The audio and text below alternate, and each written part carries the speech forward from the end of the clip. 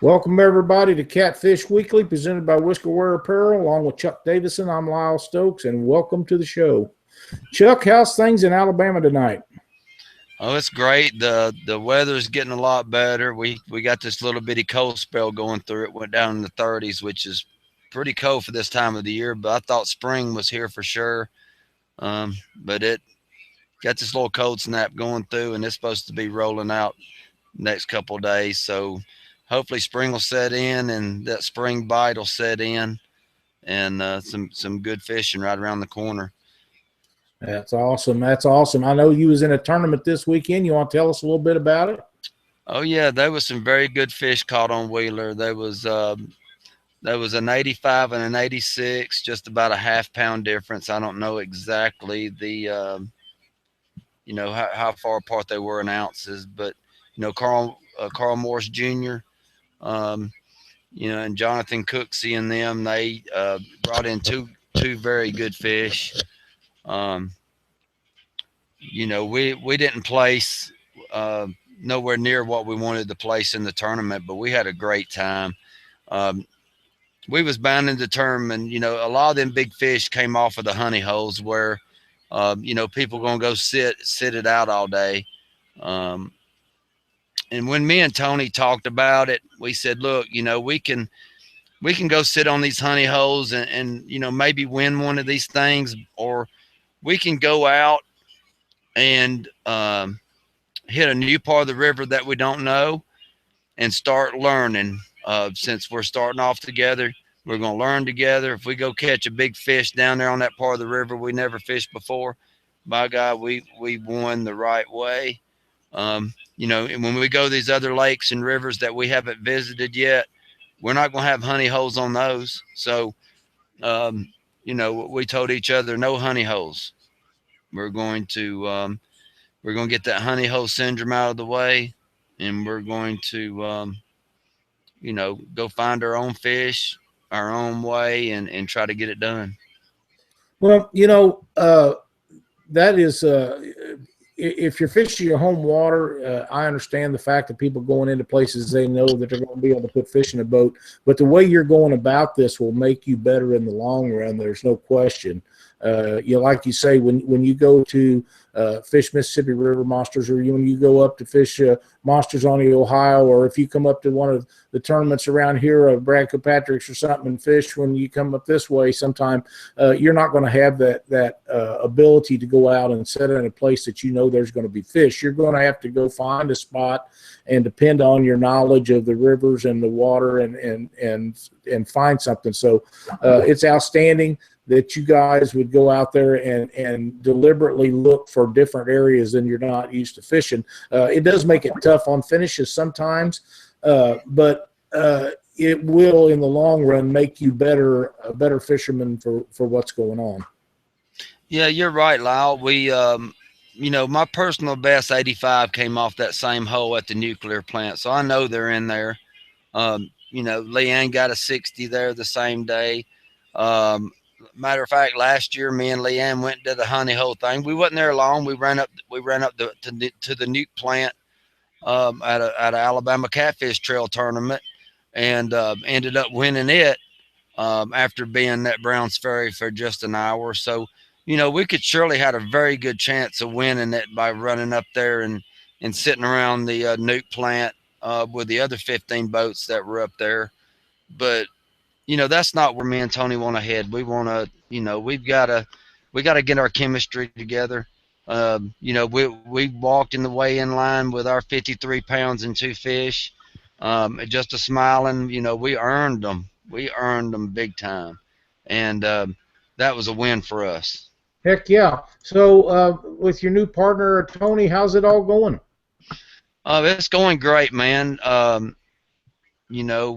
haven't been so excited about tournament fishing since I've started it. Matter of fact, I was kind of thinking just trying to, slack off on them, get back to fun fishing, and just doing Catfish Weekly, full time, trying to put more into our show, and just trying to make it bigger and better. But, after Tony called and asked me if I found a partner yet, and we started talking, you know, things have totally turned for me. You know, I'm ready to do this, and you know, getting out and fishing with him. This was only our third time to fish together, to be on the boat together, and my 1860 is nowhere near where it needs to be. He's got some small little disabilities that keeps him from being 100%, but there's just a few little modifications that I'm gonna make that he's gonna be totally comfortable in our boat, and he's got some totally different ways of fishing than I do, and I got totally different way of fishing than he does, and we agree on spots. He picks a spot, I pick the next spot, he picks a spot. At the end of the day, if we get blown out, it's both of our faults equally. You know, and we got an agreement on that. If one of us thinks one of us is wrong and we shouldn't do something, we'll go right ahead and explain why we shouldn't do it, not just say, I don't think we need to do it. Explain ourselves. You know, this is why I think we shouldn't. And after that is explained, the other person says, you're exactly right. Let's don't do that then. And it's worked out so far, and I think we're going to make one hell of a team. I know when we was at the conference down there, I could see the excitement in your eyes. I was so happy that you'd found him, and I think you guys will be a team to deal with in the very near future. And I'm really happy that you guys got together, and it's going to be a lot of fun for you. Looking for big things out of you guys. Yeah, we just got to be smart about it. You know, he works Sunday night through Thursday night from like midnight until 9 in the morning, which is hours that most people would, you know, that's like a nightmare for a lot of people. But you know, in our work, we hardly get to communicate with each other during the week. But we both work very long hours, so we don't get to go out and you know, pre-fish as much as everybody else. We don't get to research together, so we do a little bit of research separate, and we talk for, you know, 5 minutes in the morning on my way to work, and you know, when he's on his job, and you know, talk things through, stuff that I think about the night before. I go ahead, and while it's fresh on my mind, I get with him and, you know, let him tell him my thoughts, and everything's worked out good so far. So hopefully, as we go through this year, hopefully, you know, everything will start working out for us, and we'll just get better and better. That's good. I think it'll be a great time for you guys. I'd like to welcome in our guest for tonight, fresh from Kentucky Lake, Justin Wolfe. How you doing tonight, Justin? Out of breath and set a new personal best time of getting back. under 3 hours for sure, so that's pretty good. That's yeah, that's pretty good. How was the fishing down there? It was pretty tough. Pretty tough. Well, had to twitch them a little bit and throw it in the right spot. Was you pulling the boat? No, we just fishing off the bank for skips. Before we get started here, I want to let all our viewers know that Claude Reynolds has worked very hard to put together a tournament for a young man named Austin McNew. Austin was injured in a sledding accident and is kind of messed up, and Claude is at his house and has Austin watching the show with us tonight. Austin, welcome to Catfish Weekly. Hope you enjoy it. If you know, I know that you're sitting there with Claude, and that may be a disadvantage, but you guys have a great time watching the show, and feel free to jump in on chat. And if you have any questions for Justin or Chuck or myself, we'll be glad to try to get to them. If you want to know about fishing the Mississippi and Missouri River, you won't find too many people that knows any more about fishing that big water than Justin is. He's very accomplished down there. So welcome to Catfish Weekly. Chuck, I know that you have a bunch of stuff to talk to Justin about, and I've got a little list of stuff here. Of course, Justin and I known each other for quite a while, but I'm going to let you take off and pick his brain a little bit and make him give up some of them secrets. I know John and I had been really good down in a tournament down there a year or two ago, and we thought we was setting the world on fire, and we go in there, and Justin's got a 78 or 73 or some big old fish in there, just made us look bad. But you know, he puts a lot of great fish in the boat, and he knows how them rivers operate down there. Yeah, man. Justin, I want you to go over with us about finesse fishing with a bumping rod on these rivers. Um, and about two guys getting in the boat with two rods, putting all the other rods aside. It's you and your rod against everybody else in that tournament. Just finesse fishing all those holes, wood piles, whatever you may go over, and go over the way you rig your bumping rig. Well, the way I rig, we'll start with that, and getting back up a little bit more on that. You talk about finesse, and it really depends on the skill level of you and your partner. My partner cannot do what I do with a light weight that I use to bounce with. I may be using a 3 or a 4 to bounce with, maybe up to a 5 and 6, where he has to use a 5 or 6 or heavier, or maybe even an 8 to do what I'm doing. But getting out to the rigging part of it, it's basically just a 3-way rig is what I use, and the only thing we've been changing lately, we've been using a chain swivel and tying our drop for the weight to the eye of the chain swivel and our main line, and then coming off the end of the chain swivel with our hook and leader for our hooks. We've been doing that one, having pretty good success, but I typically use a standard bumping rig. What everybody else uses, what I think everybody else is using, is your main line come down to a 3-way. Some guys use a slip 3-way. I use a solid 3-way. And you go out to your leader line with an inline swivel to stop line twist from your bait. Your bait would be back there twisting and helicoptering and everything else. And then either to a single hook or a double rig hook. Most of mine are snelled, and a lot of times I don't snell the bottom one. I polymer the bottom one because I figure it's going to be stuck in the meat somewhere back in the tail or inside the meat. And I never really thought that was a big deal. It may not be for some people. But I do snell the top hook. Using single hooks or a double rig hook, most of the time when I'm bumping, I would say 90% of the time I'm using a J-style hook. When I'm bouncing the bottom, I like to feel that bite, and I like to let the fish know that he just bit the wrong piece of bait. So if the rod's in my hand, I'm one to set the hook, and, reel down and set the hook. I know a lot of guys do use circle hooks bumping, and they like to lean back into it and kind of let the circle hook with the current and the fish do the job. But I'm not that guy, I guess. Have you tried the circle hook method? I have. When I have guys in the boat or a young kid or something that has never bumped before and they're just new to it, I'll put a circle hook on for them, and it's usually a pretty big circle hook. But anything from an 8 to a 10 or 12-aught circle, and it had success with all of them, all sizes. But I jump over 9s and 10s and go 8 to 10. 8s and 10s I would say are my most common, or 12s. I think he claws that 197 12 that I don't think they're going to make anymore from what I heard, but that's pretty common. But a 10-aught Gamakatsu J hook is probably my go-to hook on bouncing.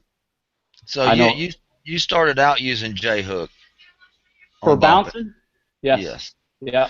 So you was already used to hook set. So when you probably went to the circle hook, it was hard to get away from that, and your hookup ratio probably wasn't as good, correct? Right.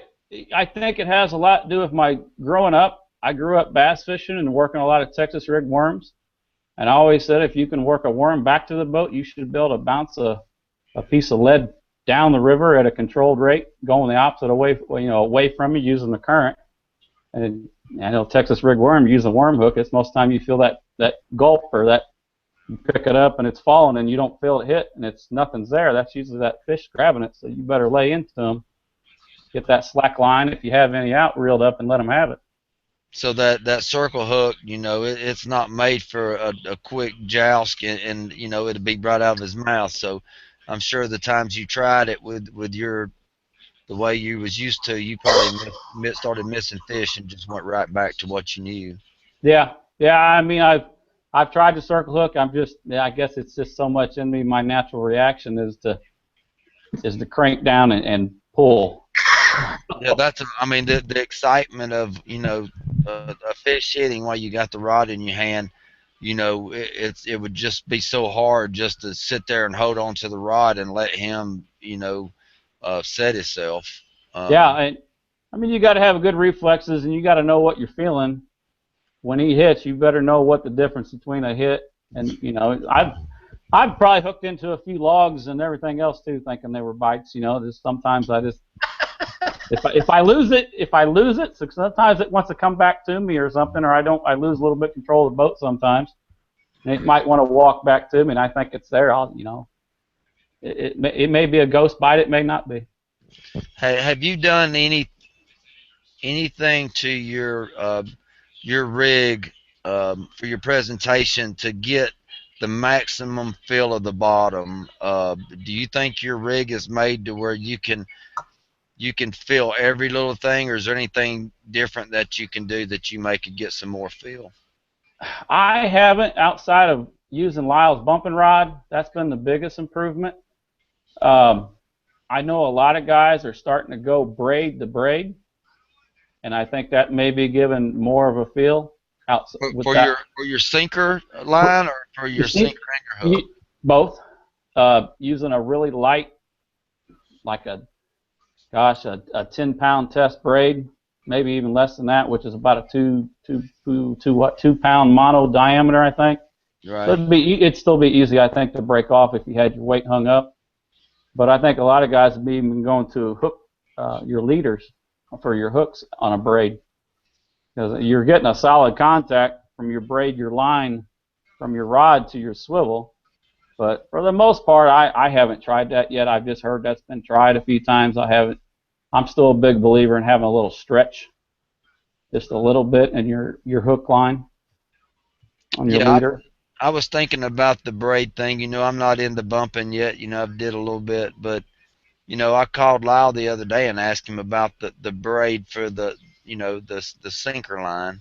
You know, because it seems to me, you know, you're already using a braid line, and you've got that really nice, you know, carbon rod, and I mean, everything's just perfect. Why not just use that little bitty extra little bit of braid on that sinker line, just to, you know, try to improve that feel just a little bit, you know. Right. But anything's worth trying. I mean, that's why they call it fishing. You can try anything and everything, and whatever works for you is what I always say. Anybody that's ever got my boat and fished me, I've never told them how to fish. I say, you know, you're a good fisherman. Fish how you would fish. Unless you want to switch the way I'm doing things, or I may switch to the way you're doing things. Whatever it takes to put some fish in the boat. Yeah, you know, I know that the back bouncing, you know, being able to get in every nick and cranny on that current seam, or you know, whatever's directly behind you, you know, you're getting down into everything, and being in that current, that's where those fish are, and that's what has me wanting to do it so bad. You know, because if you're vertical drifting, or you know, dragging bottom, you know, you don't have that small pause, you know, where it sits for a second, and they can observe it, then it moves away from them, and they'll have that reaction, hey, it's getting away, boom. You know, it just seems like it's the perfect natural presentation for, you know, to catch catfish with.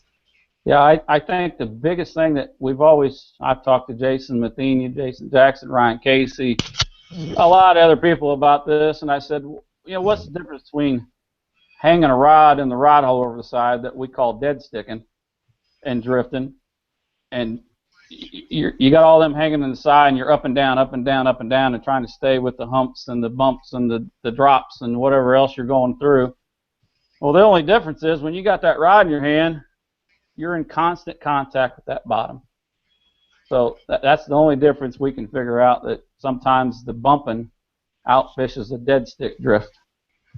You know, you could probably dead stick and bump at the same time, but you're not going to keep your the right amount of spacing between the bottom and your bait. You know, the way a lot of rivers and stuff are with the roller coaster bottoms. If you've got an average of, you know, 20 foot, you know, you have to crank it up to about 15 and just leave it if you're bouncing at the same time. You know, and I've thought about, you know, why not have the extra bait in the water? You know, you're adding a more of a, um, you know, you got the bait, everything. You know, the fish can have that good scent trail to follow and all that. So, you know, it's like the guys that go out in the river and throw 50 jugs with a 2-foot leader, you know, and they end up catching, you know, 25 catfish with their bait 2 foot underwater. So, you know, what's the chances, you know, you're going to, you know, if you're up 15 foot, no chance of getting hung, you know, why not hang 4 rods down while you're bumping and set them clickers, and when it goes off, you're good to go. Yeah, it's possible. It's a lot of work. I used to run in tournaments, me and my partner, we would run one dead stick out each side of the boat and bounce at the same time. It's a lot of work to keep track of that dead stick and not have it hung up all the time, and a lot of times it does end up just suspended. You know, if we know we're going down through a consistent bottom of, you know, 30 foot, and there's only going to be a couple bumps in the 24 to 25 range or something, we'll just leave it at 20 or something, 25, and just let it hang there and hope for the best. But when you're jacking around with them dead sticks all the time, I feel it takes away from what you should be doing with that one bumping rod. Yeah, I get you. You know, I've seen the videos. You know, those guys just sitting there, and you can't get no more finesse fishing for catfish than how y'all do it. You know, and I'm just so excited about getting my new bumping rod and getting down here below the dam next week and doing it. You know, Tony got my bumping rod this weekend, got it rigged up, you know, and went through some things with me. You know, he's really good at it. So I've got a partner that has some experience in it. And, you know, and he loves my new setup. So, you know, that tells you something. He uses some bass type gear like a lot of other guys use, you know, the low profile and, you know, the graphite bass rods and stuff. But, you know, there's nothing like having that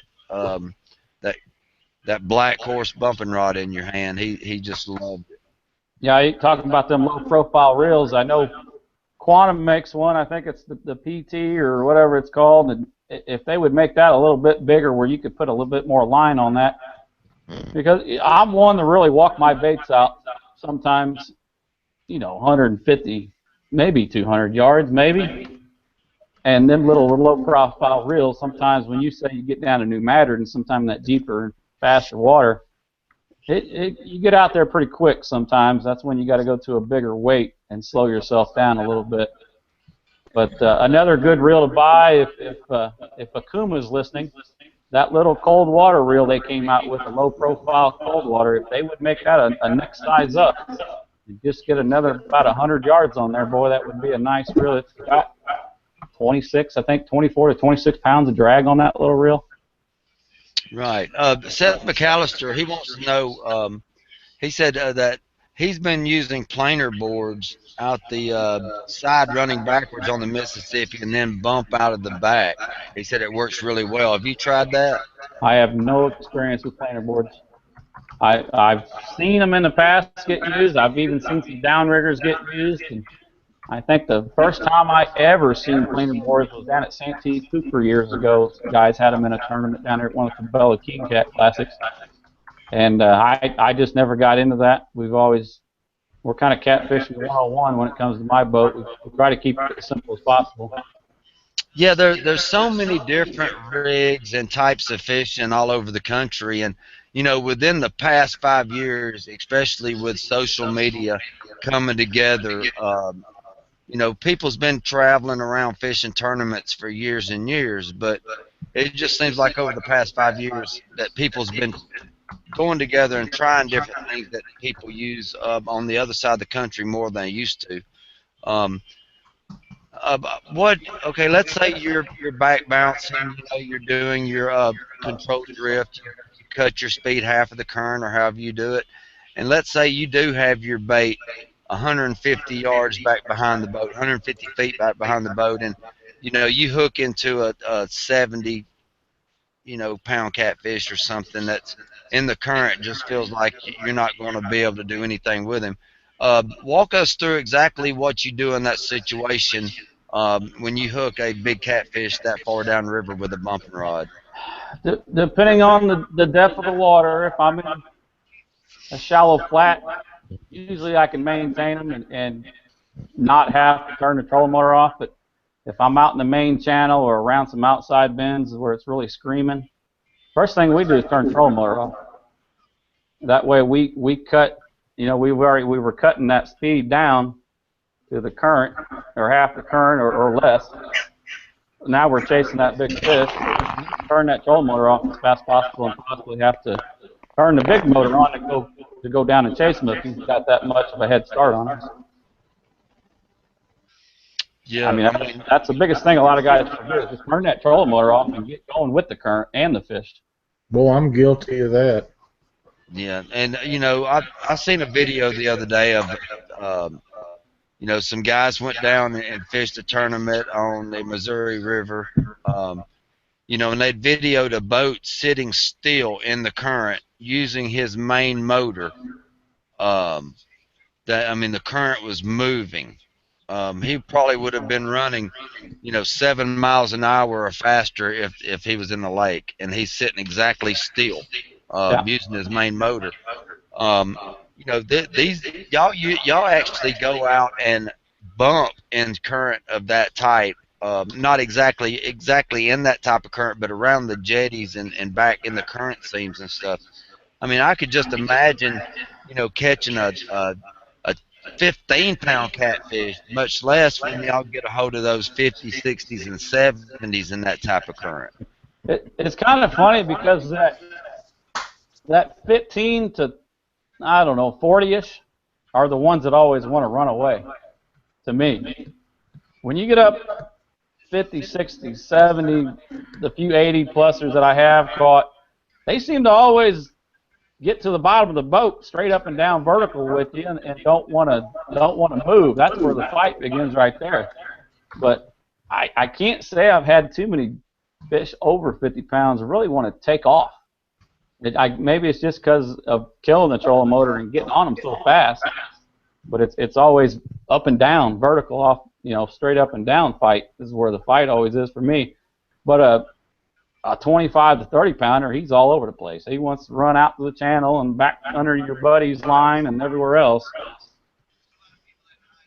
So when you're in that heavy duty current, you know, the way the guy had his boat motor running, you know, to sit with the still. big motor. Right. We do use, unfortunately, I still got a Mercury 2-stroke, so it's loud when we sit there and do that, and we can't talk to each other. But everybody running them 4-strokes got it made. Yeah, when we get out there, I got an 80-pound, 24-volt Minn Kota, so I'm not maxed out like most of these guys are. 113 now, I think, 36 volt. They may even go bigger. But so I only got so much. I got 80 pounds of thrust. So I can slow myself down so much, no matter how many batteries I link together. I can have 6 batteries back there all parallel together or crossed for 24 and grouped together. I'm still only going to get 80 out of that trolling motor. So I have my limitations and where I have to fire up the big motor and put it in gear and then find that happy medium with the trolling motor to be able to get the speed I want. And it's tough. It really is. I mean, you're just putting it in gear, but you may have to bump it up a little bit. You may have to ease out. It just depends on what channel swing you're in or what kind of. I ran down in that. New Madrid was the first time I ever ran into that. Yeah, and you know I've heard some guys that have the you know, the bigger outboard tiller handle motors. Yeah. I just couldn't see myself having one, but I mean, just imagine the room in the boat. But they're talking about having something with those tiller handles to where they have more of an idle range to where they can get that perfect speed when they're in the current like that. I don't know if it's some kind of clutching or something that they do, but John Jameson was talking about it and said that the trolling motor he's able to fish using the big motor a lot more effective than he could ever before.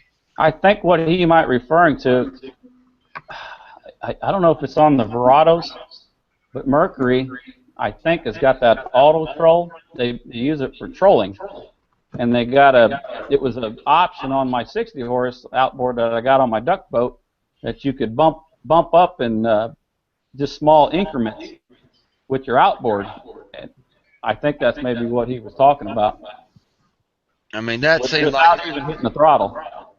Yeah, that seems like it would be a must after seeing that video of that, that boat sitting there in that current. I've never seen nothing like it. When Lyle talks about current, that's like flood stage down here on the Tennessee River, and they're giving out warnings, do not go fishing. That's when we go out. And it's nowhere near as bad as what I've seen.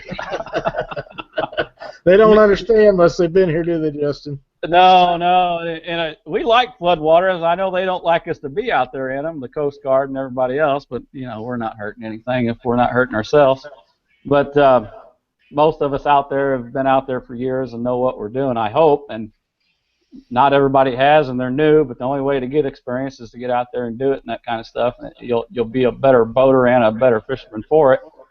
But, getting back to that, just coming back from Kentucky Dam, however many years I've been going down there and catching skipjack off them rocks, you see them old timers and new timers or whatever, whoever timers out there, they've got them little short broomstick rods that they use to catch them catfish off them turbine swells and boils down there, and that's all they're doing is sitting back there in a 16-foot John boat with a 25-horse outboard and just throttle up and holding herself there and got their rod hanging over the side of the boat and just catching them little catfish. I don't know if they ever get anything big, but they got their eater siders. I always see them pulling in down there, and that's the same thing you're talking about. It's been probably going on for the beginning of time down there that I can remember. Yeah, right. But they're getting these big 200 horse and 250 horsepower motors that that'll propel you up and down the river and multi-use for the same purpose. And the walleye guys use them. Now they don't have to have the tiller motor on with. They can use their big motor for both now. Right. It's taking the place of their little kicker. Right. Yeah, I mean that's.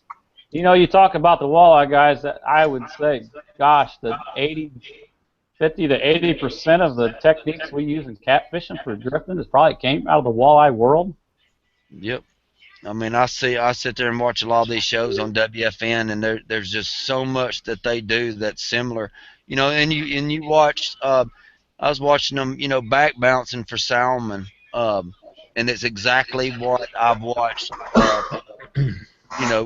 Big Cat and all them guys do on the videos, exactly the same, and they're doing it, on these little rivers, on catching salmon and stuff, and it's awesome how all these different species of fish can be caught all using different, similar type of riggings and techniques. That's why I figured all them Iowa catfishing are always so good. They're born and raised walleye fishing up there all the time on the Mississippi. They just took the same thing they do for walleye to catfishing, but who knows? You'd have to talk to them about that one. Oh yeah. And a lot of those walleye waters, you get up in there and all these guys, walleye fish and they fish for the muskies and pike and all that. Yeah. And a lot of these lakes that they're fishing in, there's probably huge, humongous catfish in a lot of those lakes, and that they've got to be hooking up on them when they're fishing for them other species, because the type of fishing they're doing and the way they're fishing, they have to be getting in the catfish doing it. You would think. You never hear about it much, maybe the flathead every once in a while, but you get up north there and the channel cat becomes the primary fish of catfish up there when you're talking about size, and Wisconsin and Nebraska and all the way up. I don't know how the catfishing is in Minnesota, but you know, then you're going up to the Red River and stuff like that. You start getting into 20+ pound catfish. Do they bounce up there? I have no idea, or use our techniques that we're using down here. I couldn't even tell you. All right. Before I turn you over to Lyle, I want to know what's a couple of the biggest tournaments you're looking forward to this year, and you just can't wait to come around. Well, I can't wait for next week to get here because I'm heading down early to Alabama. We're going to be in the Sea Arc tournament. And then there in September, should be down in Memphis at the Monsters on the Mississippi. Those are the two I'm looking forward to this year for sure. Yeah, that's your stomping ground, that Mississippi River. And, you know, there's going to be guys coming from the East Coast, Kansas, you know, Wyoming, you know, from all over going to come to Memphis to fish this tournament. It's going to be probably the biggest get-together ever. I mean, it's so centrally located, and I think it's going to be a lot bigger than everybody thinks it's going to be. Yeah, if nothing else, I think we have a good chance of holding our own down there, but it's going to be one heck of an experience just to be a part of that. Yeah, and another thing I was wanting to ask you about, me and Lyle was talking about it before the show. You know, I've sit there on Facebook and we see guys, you know, talking about, you know, tournaments going on. I know you ran tournaments for years up there in St. Louis.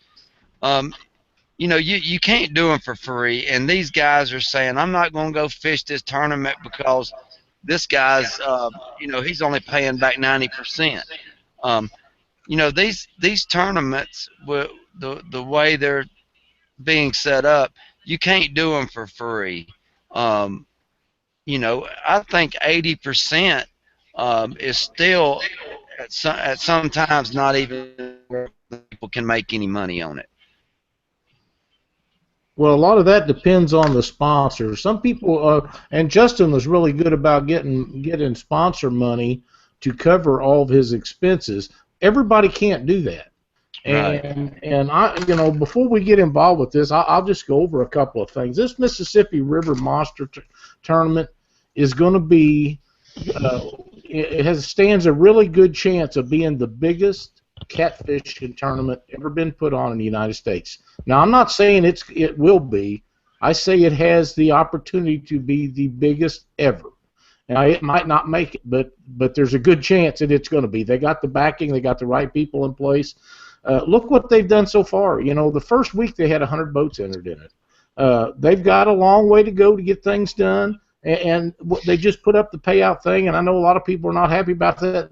This is the first draft. This is going to continue to grow. It will get bigger and bigger and bigger every time there's entries put in it. By the time that it gets to be a week before the tournament, you guys just need to settle down and let them have a chance. This is the first tournament these people have ever tried.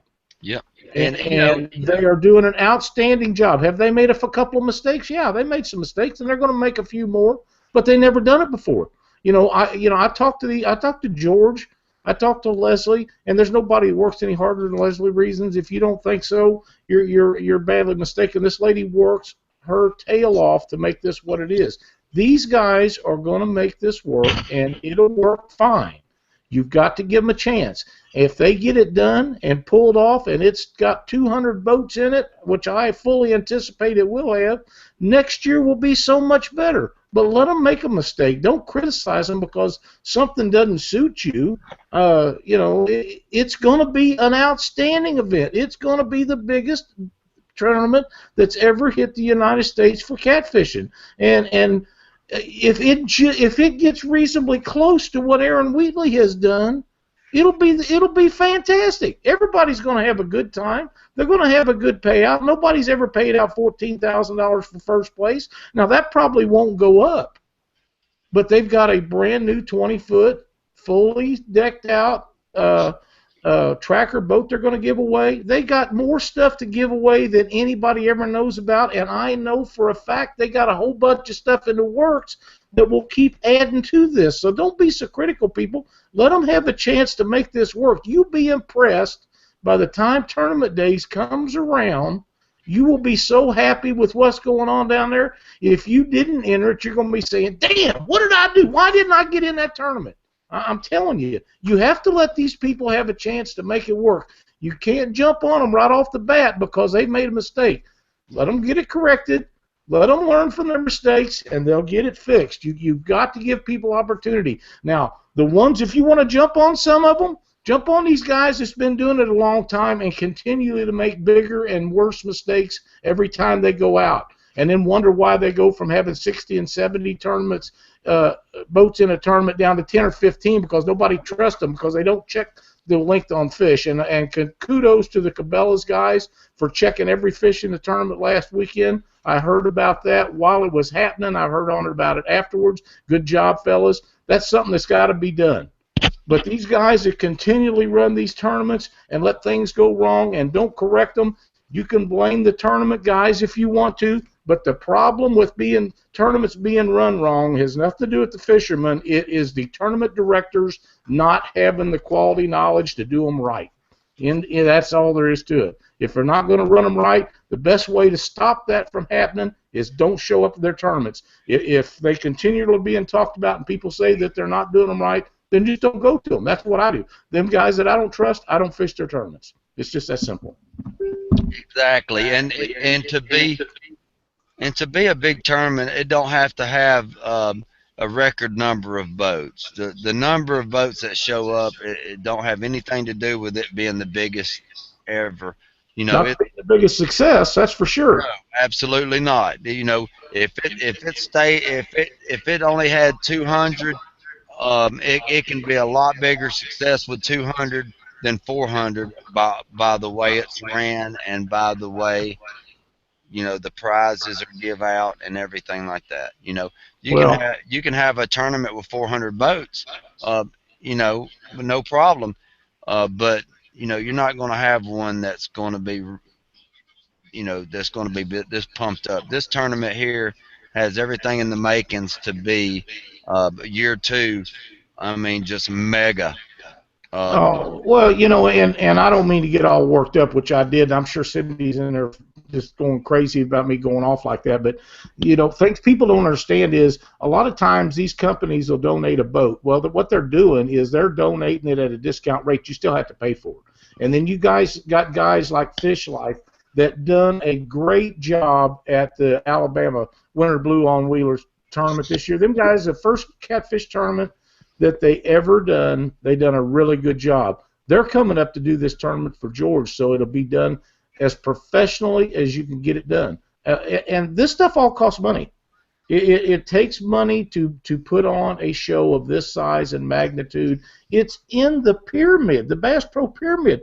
You and I, and if this goes over after I get done after the show tonight, I'm going to make a presentation to a gentleman. If this goes over, we may have the third member back on our show, and if it is, everybody's going to love it. It's going to be outstanding. But, you know, what these guys at Bass Pro are doing to support George and Leslie is unbelievable. They're going to let us go in there, and they want us to do a show on Thursday and a show on Saturday or Friday. Now, of course, it can't be. It had to be in the afternoon, not during the time. But they're saying, hey, if you'll be here, we'll fix you up. And anybody else that has anything to do with that, they're standing up. They're putting up this boat. You still got to pay something for it. It's not a freebie, but it's such a deal. And all you have to do to win a $20,000 boat is pay your entry fee into this tournament. You don't even have to fish it. If you pay your entry fee in, you're entered in for the boat. And I would take my chances of 1 in 200 or 1 in 175 over playing the lottery any day of the week. I mean, right. You got 1 in 10 million chance of winning the lottery, and you got a 1 in 150 or 200 chances of winning a brand new $20,000 boat. I'll take them odds over the lottery any day. This is going to be a great event. It's going to be so much fun. You know, we're going to get to fish it with Doc Lang, and I know that Bink and Janet and Claude Reynolds, everybody that we know is going to be there. So not only do we get to see them at Monsters on the Ohio, we're going to get to see them at Memphis. We get 2 months in a row where all of us guys get together, and we're going to have so much fun. If you don't catch a fish, it'll be worth the entry fee just to show up down there. Yep, and there's some guys that even know how to call fish. Yeah, Troy. Yeah, we, we'll get to see them too. we'll get to see old Troy Hansen calling fish. It'll be so much fun. But we'll get away from that a little bit.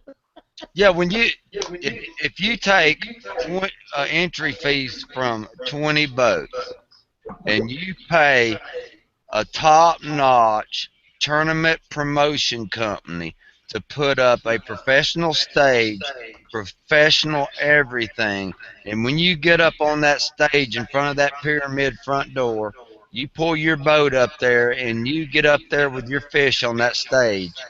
Um, that's what it's all about. Um, and it costs money to be able to have that kind of show. But for catfish to grow, we have got to have that type of show. We have to. And Justin, bear with me just a second. I got one you're other fine. thing I want Go to ahead. talk about. You know, the biggest stage that I have personally been on in tournament catfishing is the Fishing for Freedom tournament in Quincy, Illinois. And anybody that gets a chance, jump on their website. You get to take out either a active duty military guy, you could take out a wounded gentleman or lady, you could take out former veteran. They have people from all over the United States that show up to this tournament, and they jump in boats with people, and they have guys that take them out bass or crappie fishing, and then they got those guys that take them out for the real fish, and we take them out on the Mississippi River for catfishing, and we've took a gentleman out a couple of years. He is a great guy. These people come, and I tell people that are in Texas about this tournament. I tell them all over, and they bring them up in buses. Some of them drive themselves. It's a worthwhile event, and I'm telling you what, if you think there's people down at that Monsters on the Ohio tournament, and there is, they have a big crowd down there, but multiply that times 10 just in the people you see as you pull through. This whole town, this whole community of Quincy, Illinois, you can't walk down through there. So there's so many people for blocks and blocks and blocks. And when you park your truck, they got people that'll haul you in little side things because there's no way you can walk that far. And they carry you back and forth to your vehicle so you can get back up there and eat and watch the rest of the weigh-ins and stuff. And we was fortunate enough, not last year but year before, to finish 5th, I believe, in the catfish division overall. We had a great time, lost to Joe Lucky and Jerry Klein, and they had taken this guy that they took out a couple of years in a row. It is a great event, and they would love to have anybody to show up to take these people out. And I'm telling you, there's nobody that we owe any more to than these military personnel. So if you get a chance, get on Fishing for Freedom, Quincy, Illinois, and sign up and take one of these guys out. It'll be the best time you ever had. That's correct. And I want to speak on the Mississippi River Monster Tournament again. You know, guys, just remember that George Young Jr., he's got Johnny Morris, Bill Dance, two guys that started out when bass fishing was nothing. And they know what it takes to get something started. They're helping George Young Jr. put this thing together, not doing it for him. They're advising him on what he should do, what he shouldn't do. And yes, it's not going to go perfect. Nothing's ever going to go perfect the first year. But with these two guys behind George Young Jr., and him proving himself this first year, there's plenty of guys that's not going to jump on board this first year. They're waiting to see what's going to happen, and they're going to be ready year 2. So, I mean, guys, everybody needs to support what he's doing. Year 2 is going to have probably a bigger payout. But these sponsors have got to see this thing be a success before they jump on board so that payout can get bigger. Well, you know, if we don't support them and make sure they understand how much we appreciate the effort they're putting forward, there might not be a second year or third year or fourth year, because you can only be beat down so bad by people whining about stuff when they are working their butts off to make this happen. So give them a little love, people. I mean, they're trying hard. Now, I know for a fact, I talk to these people every week, usually more than once a week, And you know, when people start slamming about things to do, you're not giving them a fair shake. Let them get down to the day of the tournament, and you're going to see a huge difference. The more people that gets entered in that tournament, the more money it's going to be, and it's going to be so great. You know, we see what Aaron has done with Monsters on the Ohio. That is a great event. I mean, people come from all over to see that. This event will be just like that. You just got to give them a fair chance to prove what they can do. They'll be fine, and you won't never have to worry about it. The weigh-in will be done right. If honest people running it, it'll be done professionally, and that's what the sport of catfishing needs instead of some of the other stuff that we've been seeing. Yeah, Bill Dance, he don't have to do this. This is like a hobby for him, and he wants to see catfish and get somewhere. And I mean, he could care less if it was a year or two. If he's doing it for us, he's doing it for the sport of catfishing. He knows guys want to see catfishing grow, and he's doing all he can to help. And if there's a bunch of bickering and a bunch of drama going on, he's not going to have time for all of it, and he's just going to back up and say, y'all guys go for it, do it on your own. See ya. Correct.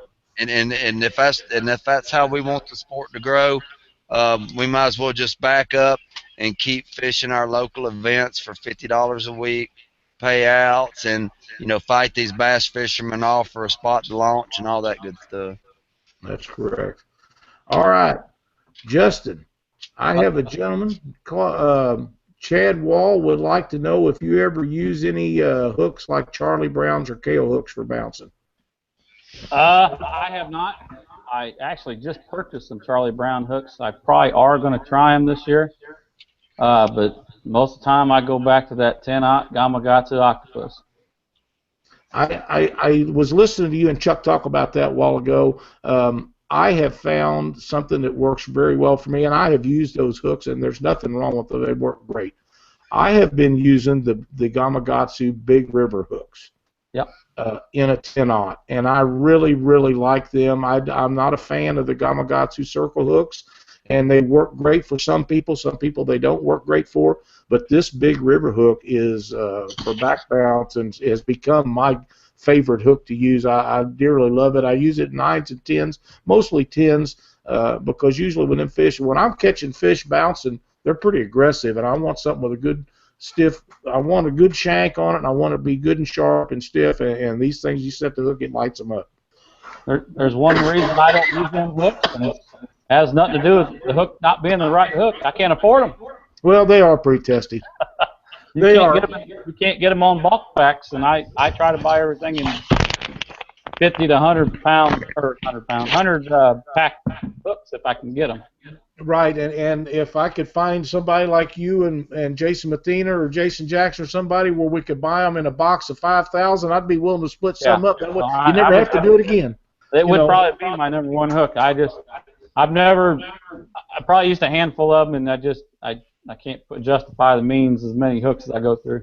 Well, the same way with me, and every time I go someplace and they got them, I buy 2 or 3 packs, so that's about all you stand at a one whack. I've only ever seen them, I think, in 5 packs maybe? 3 and 5, or 3 or 5, one of the two is the only way I've seen them. And it's I dearly love them. They work out really well. I think they're outstanding. So I really do like them.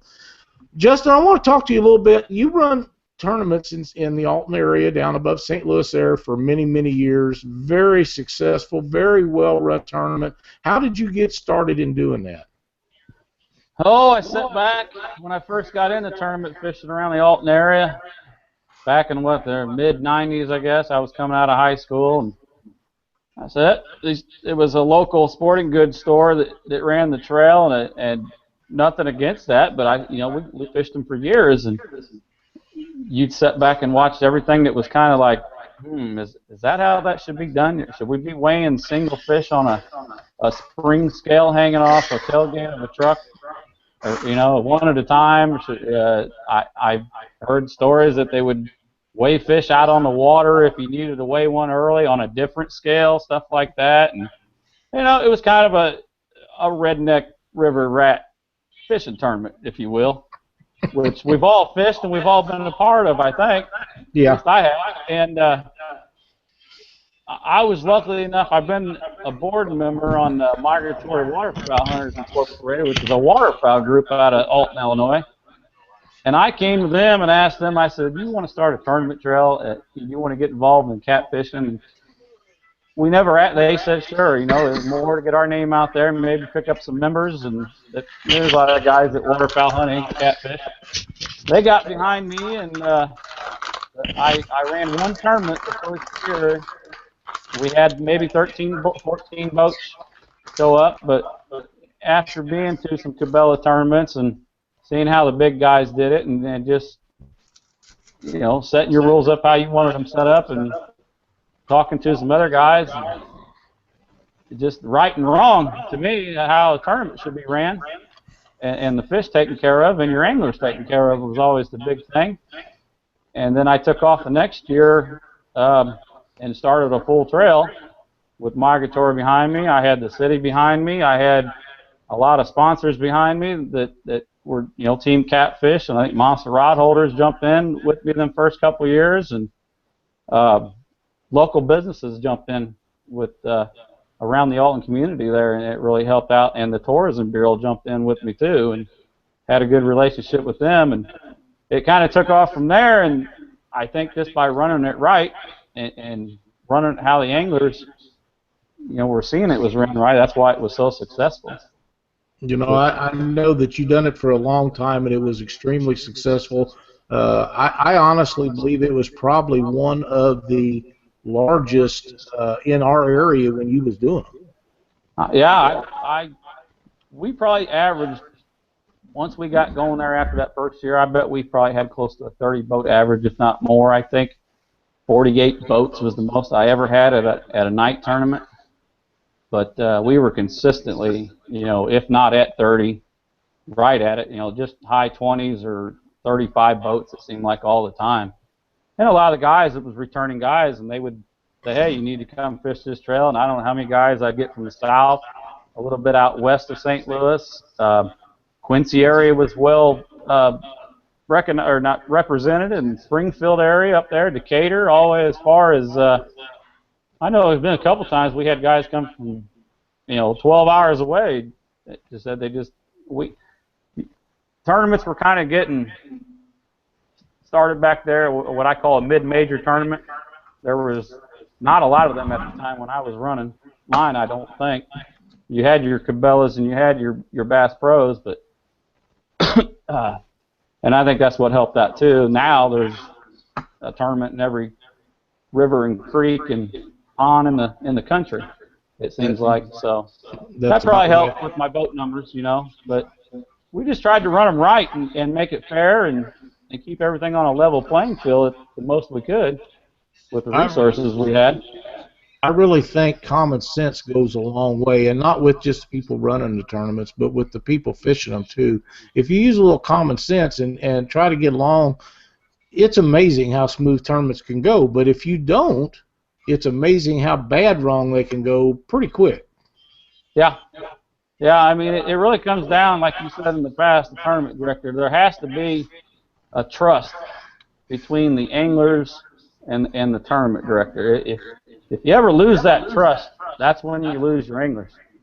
And then you just end up with the guys maybe that are close to you that are going to continue to come. But you start to lose them guys that are a local trail like I had, outside of maybe 2 hours, you're not going to pull any more than that on travel distance. But yeah, we just tried our hardest. We put a lot of work into it. When we were running them, I had a lot of leg work and working full time at the time, and it's a lot of work by yourself. And I had a lot of good volunteers along with me outside just being the director and doing the director stuff. But Adam Bagley and just my own partner, we'd be the last ones to leave, and most of the times we would sacrifice an hour of our fishing just to make sure we got back and get everything set up in case we didn't have volunteers to get things set up. But I always wanted to be there before the first fish was weighed anyways. I just wanted to make sure everything was running smooth, and that's just part of being a tournament director and wanting to fish your tournament trail also, which is almost impossible to do, I think, now. It really is. It got to the point where we couldn't do it any longer, and that's why we started doing tournaments, was so that we could be assured of a place to fish, but it just gets to the point where you can't do it. Scott Woody wants to know what kind of sinkers you use for back bouncing, Justin. I've been using cannonballs. I used to use bass casters, but I always had problems with the swivels that you had to mold in would end up breaking off. I will use bank sinkers, but I've been using the little cannonballs. I would say anywhere, probably 4s and 5s I use a lot. Sometimes 3s if I can get away with it. I try to get away with the bare minimum, but all the way up to 5s, I think I got that cannonball mold. If I got to go any bigger, I'll go back to bank sinkers. Well, and that's nice to know because I some of your secrets that I've been needing. But I personally use bank sinkers anywhere from 1 to 3 or 4 or 5, depending on the current situation. And I put mine on a sinker slide. The yellow ones that you get from Big Dave at Bottom Dwellers, because I like them because they don't break if you need to cast them. The little black ones that other people sell, I've actually casted those with big weights on them, and the braided line cut that black nylon slide part, and that sinker will go flying. And if that hits somebody when you wheel off with an 8 or 10 foot rod to cast that baby out, it'll liable to go slick through them like a 12 gauge shell or something. So those yellow ones that Dave sells, they won't do that. I don't care. I've cast 24 ounces of weight with them before, and it won't cut them. I have them myself, but if you are talking about walking baits, though, I would go away from that sinker slide and go to more of a fixed rig. Just solid down next to solid 3-way. Or like I was referring to earlier with the chain swivels we're using now, I've been tying my main line to the eyelet of my chain swivel, running the dropper off that same eyelet, and then running your hook leader off the other end of the chain swivel. I see. That's a pretty good. Just eliminating more things to go wrong. Well, I'm all about making them simple and easy. The less moving parts you have, the better I like them. It seems to me like when I've tried those deals where guys use 2 3-way swivels, and then they'll run one down and have one dropper off of it, and then run down to the next 3-way, and then a weight on the bottom and have another dropper off of that. You got too many working parts. Every time I reel them babies up, they're all tangled, and I don't need that. I don't want none of that action. Yeah, I got to give John Ward, No Swampy, some credit on that. He's the first one that showed me he was trying that I know of, and I've adapted and started using that myself now. I have to say, and I was talking with somebody the other day about John Warden. It might have been you. John Warden is quite an accomplished fisherman. He's fished with some of the best guys in catfishing. He fishes with Jeff Dodd and a lot of those guys, and he's caught some monstrous fish. A great ambassador for our sport, and I don't see him very often anymore. I know he needs to get back involved with catfishing and be the figure that he can be. He's a really nice guy. Oh yeah, he stays plenty busy with that Midwest Gunworks of his, and I'm sure he would love to be out more than he can, but I know he's probably super busy with that business. Right. Yeah, I know that's a big deal. Everybody wants an AR, right? Yeah. Well, it seems like everybody wants something they can't have or whatever, But yeah, John's a really good guy, and he was involved with that Monster Cat video and them guys that put a lot of great fish in a boat in that show. Is he a pilot? No, that's John Allen. Oh, John Allen? Okay. John Allen, yeah, he's a pilot for, what is it, Blue? JetBlue. JetBlue, yeah. Yeah, I bet that's a busy job right there, trying to schedule fish something. Well, I think he's down on the Florida coast, so it can't be too tough on him. Yeah, I think all the JetBlue terminals are on the East Coast. Is why he does that. Okay. Yeah, well, sitting down there on the beach on your day off wouldn't be terrible, I don't guess. No. I'll see both of them guys here in a couple of weeks. I think they'll probably both be at the Sea Art tournament. So. Oh, I'm sure they will. I'll tell them hi for you. Yeah, do that. Who are you fishing the Sea Arc tournament with this year, Justin? Oh, me and Joe Lucky will be back in the boat together. Joe Lucky has been on our show a couple of times, and we see him. You and I do a lot. he's just a really good guy for the sport. Now, old Joe goes down there, and he's been out in the boat with Mike Mitchell and some of them old boys. You get down there on a Wheeler, you know Joe's liable to sting them pretty good down there. Yeah, Joe's got a lot of more experience on Wheeler than I do. He's been going to tournaments down there way before I was. But, yeah, hopefully me and him can improve on what we did last year. I think we ended up last in the money there in 20th. And he had a good one on. It probably would have bumped us up quite a ways. But he's got a thing where he likes to put that dead stick up in the front rod holder in the boat and just kind of forget about it. Just a vertical. And he said all day, he goes, you keep an eye on that. And he always glances back at it, but he likes to forget about it. And just kind of hangs there, and that sucker went off about, I don't know, around 2 o'clock, 2:30. And my rod holder sets up on that rail, you know, and it sets up a little higher, and he had one of them extremes in there, and it was buckled under about 3 eyelets under the water, and before he even got up there, it came back up, you know, just dripping off the eyelets there, and we thought it slack bited up, and he was reeling as fast as he could to get the slack, and there was just nothing there, and boy, you know how he was, he about almost close to 7 foot, well, six something probably. And he just fell like a noodle on the front of that boat, you know, and just was distraught, I guess. And things were quiet for a while on the boat for about a half hour. Was there some broken hardware, or no, it's just funny watching a tall guy just melt on the front deck of your boat, you know. And he's like, where's the fish? You know, it just came unbuttoned is all it did. Oh, so it didn't break a leader or nothing? No, it just came unbuttoned. He hit it so hard, and he may have came up on us because the rod just it pinned itself down, and then it came back up so fast. It might have been a striper, who knows? But it was probably a catfish because of the way it was pinned down and had the head shakes, you know, going on. But he just couldn't get up there fast enough to get it, and it was. I think it was already gone before he got up there, but it happens. And usually that rod, every time I fish with him, he likes to fish that one out of the front. That rod will catch a big fish. It's just something about leaving it alone and letting it hang there, and eventually you're going to come across something.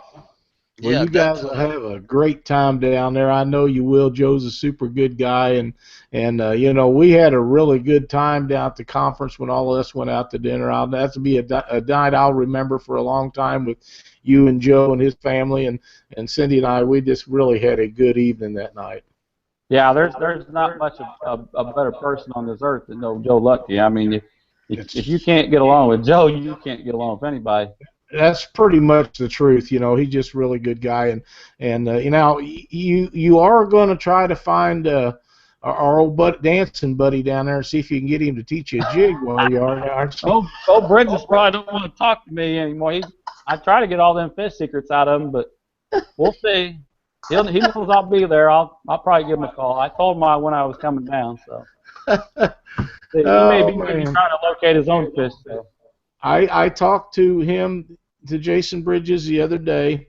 I'd sent him a message, and I told him that I said, if you'll come on, and we had a little audio difficulty on the interview we done with him down at the Catfish conference. I said, I'd like to get you back on and go over some of that stuff again, and I said, we'd really like to do a show on safety. Yeah, and Jason being a legal Coast Guard approved licensed guide, which everybody should be or they shouldn't be guiding, he would be really a good one to put on this safety show with us and go over some of the stuff that we talked about down there that people didn't get to hear. And I told him, I said, now, if you'll agree to do that, we won't make you dance or anything like that. So we really did have a great time. Good. I'll give him that. He knows how to dance. There ain't no two ways about it. There's definitely I'm pretty sure he'd have danced with you down there if you'd have got up. Yeah, it's possible. It's possible. I think he's had classes, though. He had a few more steps than me. Yeah, I'm quite sure.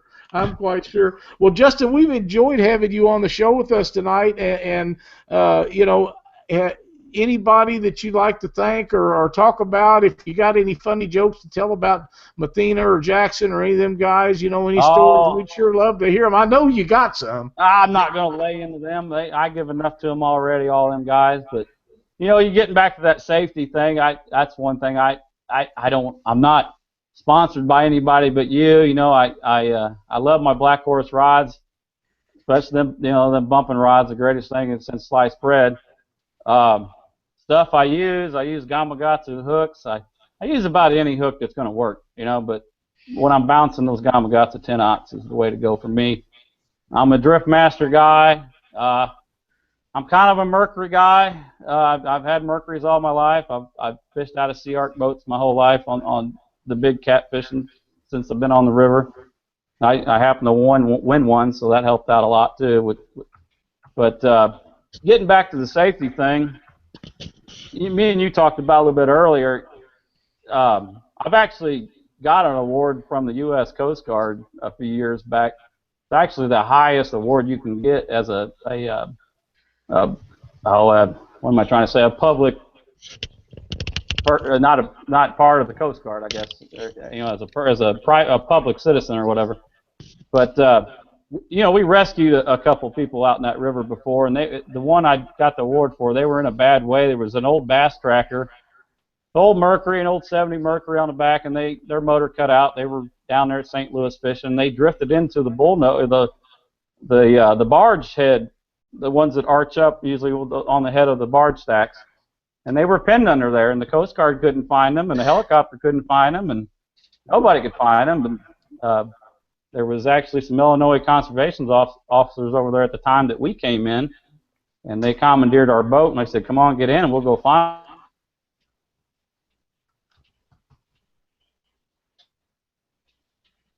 Must have froze up. It's the only reason we've seen them, and we circled around above them, threw them a line, and tied it off their boat, and luckily got them out of there. But that could have went, you know, real bad for them. The guys, there was 2 guys and a lady, and the guys were laying on their back, hanging onto the cables off the front of the barge, and they had their feet pushed up against the bottom of the barge, and that was the only thing stopping that bass tracker from being rolled underneath. Wow. That gunnel was just inches, and even when I turned the boat around ahead of them and drifted back to them, you know, that little wave right there was making me nervous. I thought it was going to take them under, and we tried to do it as gentle as possible. But that's one thing. I mean, if you're going to go out on them big rivers, you know, especially Missouri and Mississippi and anything that's got that swift current, and you're dealing with barge traffic and anything else out there, flood waters, make sure your gear is top notch, you know, and running properly, and just don't go out there because you want to fish. And that's all I've ever asked of anybody out there. Well, one of the things that and I know I've said this so many times, but people that's never been on the Mississippi and Missouri River, it's not that you can't be on it. It's you just have to pay a little more attention than you do on the rivers that don't have the amount of current these two do, because most of the rivers throughout the United States, when they're flooded and at the highest and have the most current they got, still doesn't match what we have every day. Right. It's just common sense. I mean, if you have the experience, to drifting, you can get away with a lot more out there. Yeah. If guys are just anchor fishing, that's the ones that concern me sometimes with new guys on the river, because they're throwing that anchor into some places they're going to get themselves in trouble. Mm-hmm. I've probably done it myself many times, you know, and probably shouldn't have did it back when I was a lot newer on the rivers.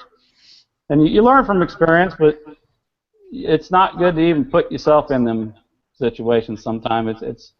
There's other places to fish. If I have a tip that I could give to an anchor fisherman, the best tip that I could ever give one is most everybody on water with current like we have anchor from the front of their boat and fish out of the back of the boat. The best thing that I can tell you is always, always, always have a sharp knife in the front of your boat in case something happens where you can cut that anchor rope. Right. That's one of the best tips of anybody. Yeah. Anytime. Have that sharp knife up front if you're going to be in. And if you're night fishing, don't get lackadaisical out there when you're night fishing on them hard rivers, especially if there's a little bit of debris coming.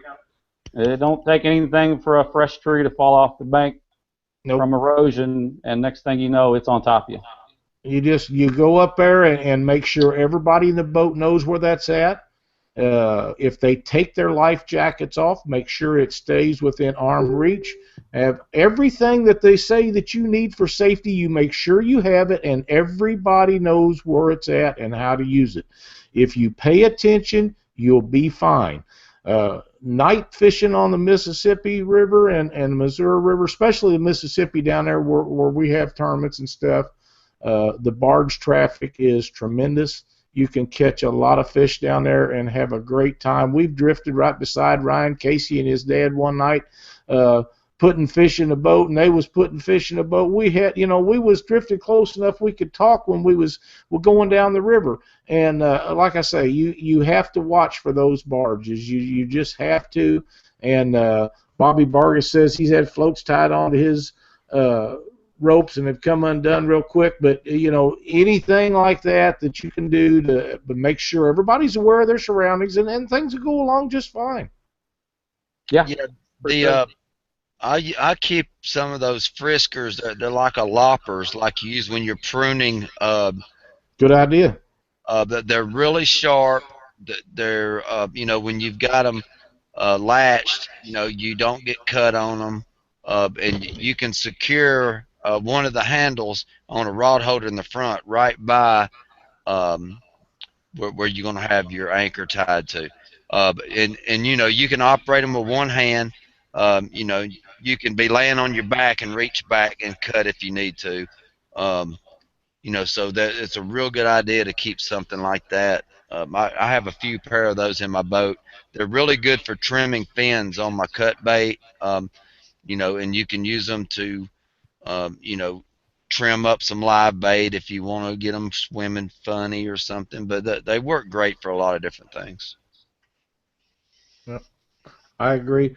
Claude said that I kind of made him pucker up a little bit on that Missouri River. He, like I say, we go over this all the time, but people that's not been on it, they don't understand the amount of current and the pressure that water has. It was pretty ready down there, wasn't it, Justin? What he experienced was pretty calm for the Missouri. Yeah, that's what I told him. I said, this is not even normal. This is below what we usually have. Yeah, that's pretty normal for that time of year, but yeah, when it gets up above the wing dams and nothing's stopping it, when it gets up, you see them banks, the way it eats into them banks. I mean, that's when it gets up there, it's moving. But that's when the fish are possible. That's when the fish are hot, though, ain't it? Whoa. A lot of times, yeah. Yeah, it is. If you can find somewhere to fish and get it out of the debris and trash. Yeah, when them big trees are coming down that Missouri River, it's not that I'm afraid to be out there, but I would rather not be out there when them big trees are coming down the river. Yeah, I mean, there is times I've seen that Missouri look like a sawmill, and you just don't fish it. Yeah, you know when to say when, because it's not that it makes you any more of a man to go out there in them conditions. You just have to common sense. It all goes back to common sense. That's when the tournament directors say, "Go home, guys. We'll do it again some other time." We've called off a bunch of tournaments on account of that, and we've had some where I wish I had have called them off. And Keith and I and Cindy and I, we followed some people around 2 or 3 different times and didn't fish the tournaments after paying entry fee because we was afraid that the little boats they was in wouldn't get them through the day, and we was worried about them, and we just followed them around to make sure that they was fine, but. You never know if they're going to be or not, and the way you do that is you just check on them and make sure that's how you do it. And it's worth it. We knew that they was fine, and I'd do it again. And I misread Bobby's post. He said he has a float tied onto his rope so that if he has to untie it, he can come back and get his anchor. Yeah. And that makes sense because I had some kind of thing pop up over that, and I didn't get to read it quite right. But anyhow, Justin, thank you so much for being on the show. And if we can't get Jason on here one of these days, I know that boy is going to be playing football this fall, and he's busy on trips. But we're going to do a safety deal on here, and we'll get some stuff going on that because it's important that we have a safety show at least once a year to keep everybody fresh in their mind so nobody gets hurt. The last thing we want to do is see a catfisherman or anyone get injured or capsize it, but something happened on the water because it's devastating and it hurts everybody, and we want to keep the safety factor fresh in everyone's mind. You have any closing statements tonight, Chuck? No, I'm good for right now. I just want to tell everybody that the guys down in Phoenix City, Columbus, Georgia area, the Hill Jacks, they're going to be up on the Lake this Saturday, and they're putting on a little tournament to do a little pre-fishing, have a little bit of fun for the upcoming Cabela's Super event that will be on Lake on the 1st and 2nd of April. So I'm sure them guys will appreciate if y'all want to get out there and do some fishing with them next Saturday and get that little pot growing a little bit, so everybody can, make them a little money on this little tournament coming up. Okay. Twisted Cat Outdoors, Alex Nagy is having a tournament March 26th, which is this Saturday, in Lexington, Missouri. It'll be on the Missouri River. The 26th, is that Sunday? It's the 26th, Saturday. I think it's on a Sunday, actually. This tournament, I believe, is a $100 entry fee. If you prepay, 120 day of tournament. You can get a hold of Alex on Facebook or give him a call. He can tell you all the stipulations and stuff on it. Should be a good tournament. I know people are catching fish. They should be some outstanding weights up there. They're really. I've not fished that area, so I can't tell you anything about bait or nothing like that. But I know that they've been catching a lot of good fish. April 24th, don't forget, in Canton, Missouri, will be the Twisted Cat Outdoor Jack and Jill tournament. Great event. You got to have at least one man and one woman in a boat. You can have up to 3 people. It is so much fun. You get to see a lot of cool people and then have a really great time. The Canton area really gets behind him on this tournament. Be an added money tournament. I don't have the specifics on that, but it'll be a lot of fun. So make sure that you jump in on that and try to make it if you can. That's on the Mississippi River. So with that, we're running on, quite about an hour and 20 minutes. Thanks again to Justin Wolfe. For Chuck Davison, I'm Lyle Stokes. We'll see you next Monday night on Catfish Weekly.